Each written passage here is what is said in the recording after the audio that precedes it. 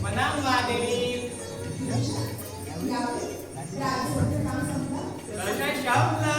महाराजांनी लांब राज्याभिषेकाची आणि म्हणजे एवढं राज्याभिषेकाची घोषणा केली. हो ना, गुरुदेव वशिष्ठ म्हणाले त्या ब्राह्मण मुद्दापासून विश्वविजयी शिव बोलताय अशा योग म्हणे युगानुयुगातून एकदाच येतो.